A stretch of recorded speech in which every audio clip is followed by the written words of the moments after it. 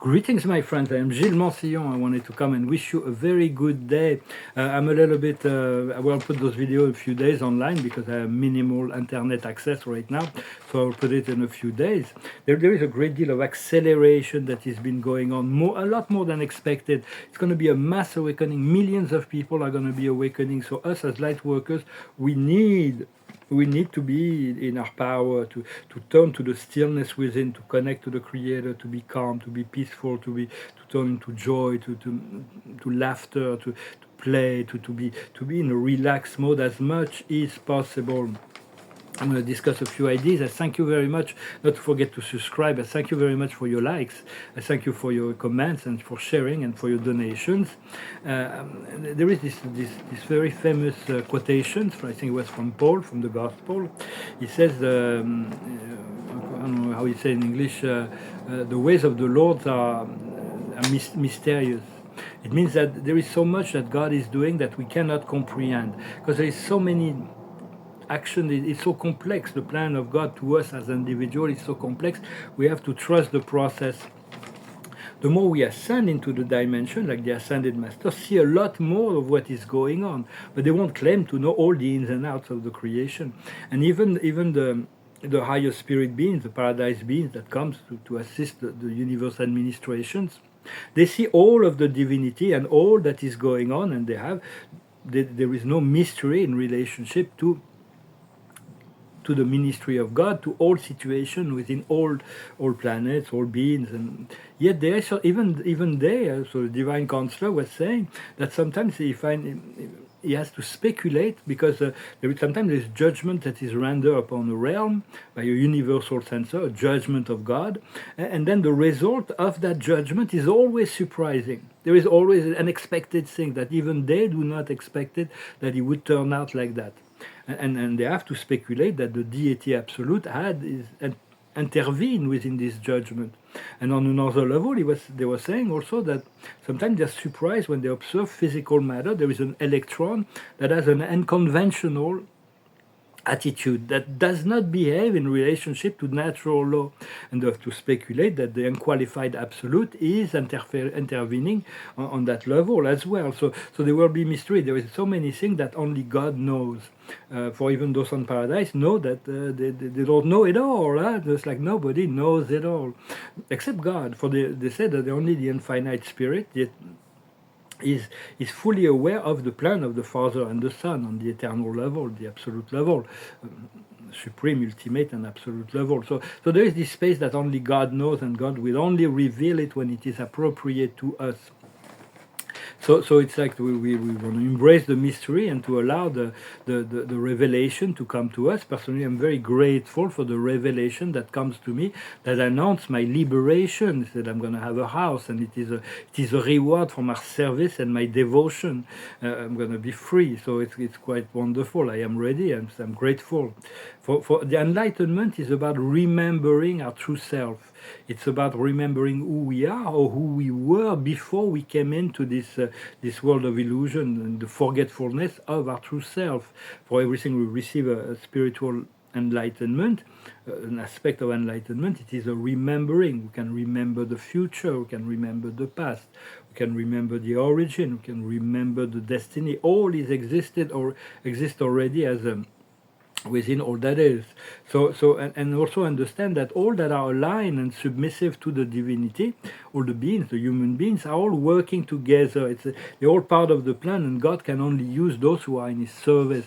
Those who are working in the ego, God will work with them, but then they're not instrumental necessarily. They will be instrumental to the plan of God, but there is a definite alignment to all those who are aware and aligned voluntarily to the will of love and the will of light.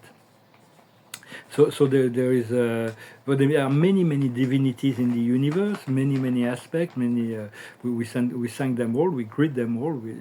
They're all part of an expression of Source, just as we are. And yet there is only one one God, and there is no contradiction, never a contradiction in the ministry of spirit. Although there are many godheads and many divinity, they always operate and work as one. There is God is quite magical. It's like how it works, but it's always the ministry of spirit is always one. So, but within our consciousness, we have to accept the contradiction and the opposition. It is the contradiction and the opposition that makes the dynamic of the dualistic world grow and operate. So we need to find the harmony, the peace, and the balance within all that. There is an event that's something very important that's been announced as well, is that we have many soulmates on many levels, and we're going to meet a soulmate that will be a great magnifier to our power, ability, psychic ability, and manifestation. It is and meeting those soulmates will greatly activate all kinds of energy within us. It's like a soul tribe. It's not just one soulmate on the romantic or sentimental level. Or there may be more than one, but everybody will be activated by the coming together of those soul tribe. It is like, and when we meet this one partner, our power will be multiplied by 10. Both, it's like separately we'll have much power, but coming together we'll have a lot more power even. And all of that have always been planned. We've always been connected with those other soul, even if we're not conscious of it. It was part of the plan. It's a reunion that is scheduled. We need to integrate all of the powers of each 12 zodiac signs. Each zodiac signs have mystical abilities and power to reveal. We need to integrate the whole scheme of them, so to integrate, to get all of our strengths. They all have all psychic powers and that we need to integrate. Right now, it's normal to feel sometimes very fatigued, tired, and we need to rest when it's the case. Sometimes waking up in the morning, we can be tired, and that is because our soul is doing most of the work. When we sleep, we don't have this critical point of ascension, so our soul is reunite with our higher self, and our soul meets ascended masters, galactic councils, visit ships, go to other dimensions, and do all kinds of things to progress, to make us advance. There is no critical mind up there. There is no shadows up there. But here we have to deal with it. But it is our work down here that actually is assisting our soul to grow. But it's normal sometimes to, if we are tired, or we feel like strange things in our biology, it's a good sign of integration of higher energy on a biological level, because we are being rewired, completely rewired for really integrating a lot more higher energy. And it's happening to light workers all around the world. There are hundreds of thousands of people that are awakening right now, and soon there are going to be millions of them that are going to be opening themselves, that are going to be awakening they're going to be discovering mystic psychic powers. But we're going to need to be really in our empowerment to guide them and to assist them in this process. So all those, the first wave, those who have already been in this process for a long time, we're going to have the responsibility of assisting all of the new awakened, the millions that are awakening. Spirit came down the other day, told me that I will be ready, because there's so much. We all have to be ready in relationship to our own soul missions, and we all have very unique and different soul missions, and so. But I'll be ready for mine. So I am ready for mine. And also understanding that a lot of relationships and connections that is not supporting of this higher mission, of this will dissolve completely, will disappear from our life, and new ones will come into our life, our soul tribe that will be more creative, more aligned with what we need to do. So just those who need to go, just bless them and let them go. Because there is also memory of ancient galactic connections, civilizations. We've had many lifetimes in many realms, and so we have friends and family up there. They never lost consciousness because they didn't come into duality, so they remember us. They've never forgotten us, but when we awaken, we're going to be remembering all those connections, as well as celestial brotherhood or groupings. understanding also that our words, our actions, and our presence are powerful activator to supernatural awakening of the collective. We are very, very powerful, and sometimes it is just in the silence of our presence that we are the most effective. So always think to return to the silence of our presence, the breath, connect to nature, to be well connected. We're awakening soul. There is source codes that are awakening within our DNA that is generating a sudden transformation to the fifth dimensional consciousness and ability, and that's going to be happening to us more and more. But also to millions of other people, but they haven't really had the chance to prepare themselves.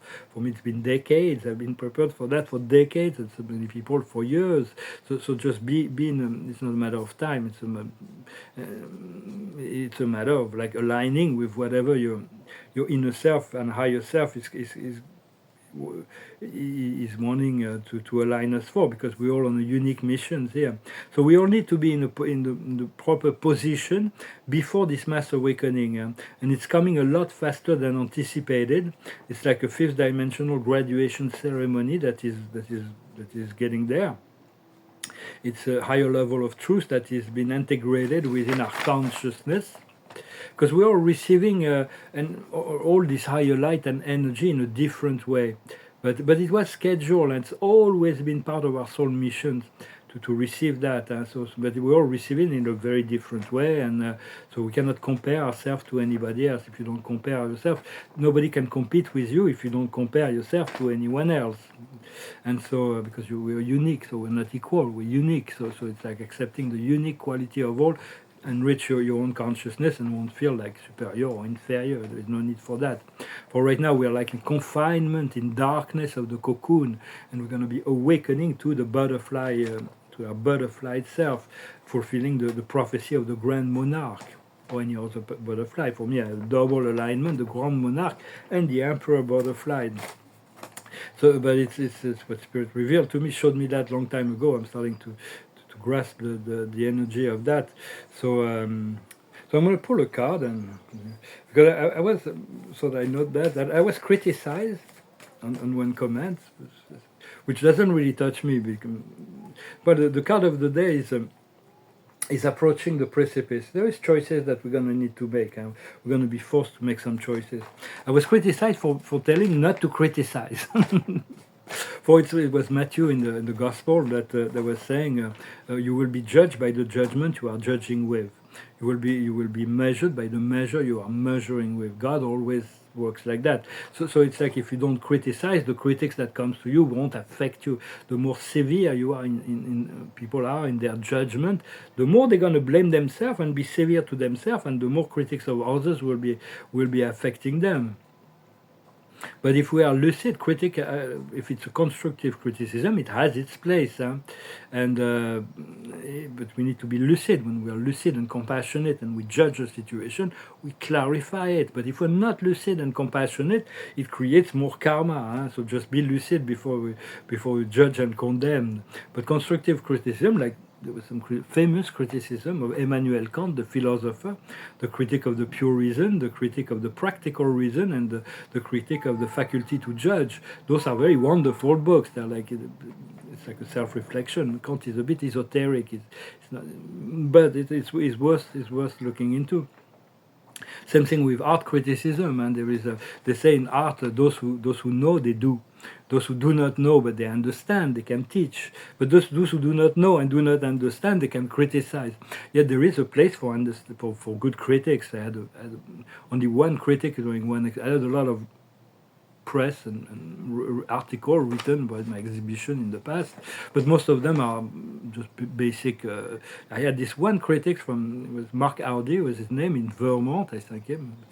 He was an atheist, so it's like my work's very spiritual, but the critic was called Space Cowboy, and he was a really good critic. He was really he really dived really deep into many things, and he was very so art critics are very useful because they explain, they bring into the light, and the most famous art critics are Giorgio Vasari in the Renaissance. Then there was Diderot. Then there was Baudelaire. There was some very famous critics. So I'm not criticizing those who critics, but I think we want to stay light and avoid self-criticism, because it brings our energy down to blame and shame and guilt. And when we see something, we need to correct and appreciate the lesson that is learned.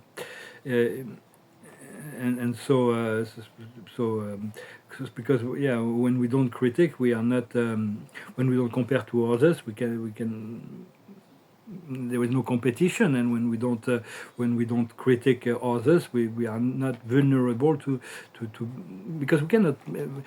The more we reach out into this world, the more critics we're gonna get, because we expand the realm, and not everybody will understand. And there are people that are living solely for the negative aspect of life. There is always so much to blame and so much to criticize for that we can see in the world, but there is always so much to appreciate and be grateful for. So it's far better to not to say to be indifferent, to use passive resistance, like Etienne de la Boétie, who was start teaching tyranny. It's passive resistance, not to the freedom. In order to be free, you need to assume the responsibility of your own words, action, thoughts. And a lot of people need to be told what to do. So it's like so the resistance, passive resistance, is far better than brutal confrontations. For spiritual, God and spirit will never work through brutality. There is always a higher way to go about it. Diplomacy is far better than brutal. Sometimes you need to compromise, but it's we can always find a middle ground through intelligent negotiation, let's say. For we want to merging into this world of peace. But it's like sometimes it's okay to be criticized. Some people do not know, just do not take them seriously. It's important to be calm and to be to make constant adjustment of our focus, to respond but not to react. To respond without leaning forward or backwards, to make constant adjustment to the next moment, to live in the moment, and to live for the next moment, to stop empowering illusions, traumas, survival, hatred, fear, and doubts, not to relive that, and to let go of that, to release it, to transmute it, to heal it. For we are not here to exist. We are not here to survive. God created to live, and I'm really eager. I feel really like very soon I'm going to come out of my exile, and go back into the world. So I'm going to be able to play tennis, to swim, to throw exhibition, to meet people, to celebrate life every day. I already feel it. It's like it's going to be moving into the physical realm, and God says it's like I deserve it. I deserve the rewards that are coming to me. So it's important to continue to use your imagination to create your highest vision, to empower your highest vision, and to be the highest version of yourself. When you do that, you're in alignment with your higher self. You can get the support of your guides. You can get the support of the masters. Of the whole company of heaven is working with you to make that happen, to assist you, because God is always working for the highest good of all. Well, my friends, I hope this message was interesting for you. I wish you a wonderful day. I'll post those videos in a few days. I'm going to finish with a song that talks about spraying joy into the world. So, and I thank you for liking, sharing, commenting, subscribing. I thank you for your donations. I'm really eager to be free, and it's coming, and to have a studio, and to be able to get together with other people to realize amazing projects that are being incubating. So this song, I forgot who sang it, but it's called Joy to the World. Jeremiah was a bullfrog. He was a good friend of mine. I never understood a single word he said, but I helped him drink his wine, and he always had some mighty fine wines, singing joy to the world. All the boys and girls, joy to the fishes and the deep blue sea, joy to you and me. And if I were the king of the world, tell you what I'll do. I throw away the cars and the bars and the walls, and I make sweet love to you, singing joy to the world. All the boys and girls, Joy to the fishes and the deep blue sea. Joy to you and me. You know I love the ladies, love to have my fun. I'm a high flyer and a rainbow rider and a straight shooting son of a gun. I said a straight shooting son of a gun. Singing joy to the world, all the boys and girls. Joy to the fishes and the deep blue sea. Joy to you and me, singing joy to the world, all the boys and girls. Joy to the fishes and the deep blue sea. Joy to you and me. The the love light energy of it's very important to send it to the ocean. The ocean is 2/3 of the world.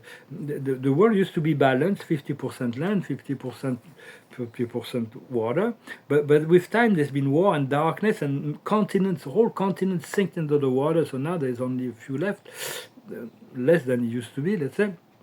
And there is so much beneath the ocean, so many power centers, so many resources, so much life in the ocean. And so we want to send this love and light into the ocean, into the core of the planet and the whole surface of the planet. But it's the spirit was telling me that I'm going to have a boat sometime in the future, sometime soon. It's going to be really nice to be able, I don't know which boat, but it's going to be really nice to be in contact with the ocean. And I send my love and blessing to the ocean, to the fishes and the deep blue sea, and to the mammals that live there, those very advanced beings, the dolphins, the whales, and so many others that are very advanced souls, advanced consciousness. We hope they will stay on the earth for a while, and so we want to continue to clear it up. And we want those oceans to be clean and clear and purified. Well, I'm going to pull a few. Thank you for continuing to send your light to this world. And when you think of a place that there is conflict or something, just send love and light. Send the presence of God. Awaken the presence of God to those places. It will definitely assist. You won't know the result, but it does work. It does work since we are all one.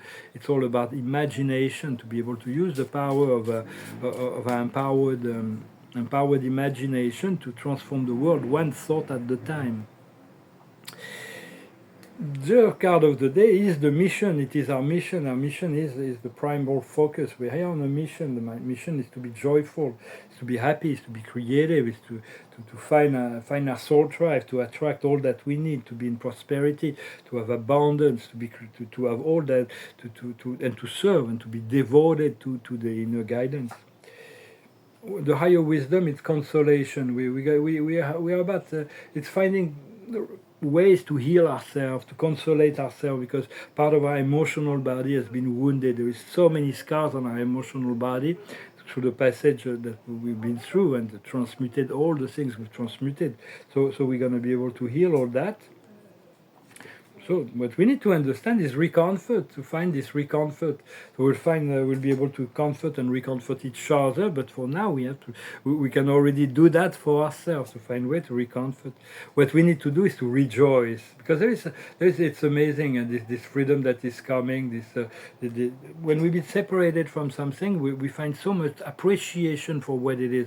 For somebody who's always been wealthy, we won't appreciate having money as much as somebody who has lacked and had to survive. Somebody who's never been sick will never appreciate wellness as much as somebody who's coming out of a illness. So if we hadn't separated ourselves from God, we won't find this great joy of reunification that is coming. So it's about rejoicing and being gratitude and appreciation. And the outcome is work. There is a lot of work coming up. I'm really eager to get to work, to put my suit and tie and to get to work. It's going to be real. Matter of speech, but to really to get to work and to start all those projects, it's very exciting because we'll all be going to be empowered to move into the work that is most appropriate in relationship to our mission, where we'll be able to do the most good and find the greatest enjoyment and fulfillment. Well, I hope this message was inspiring and interesting for you. I wish you a wonderful day, and I'll talk to you later. Salat.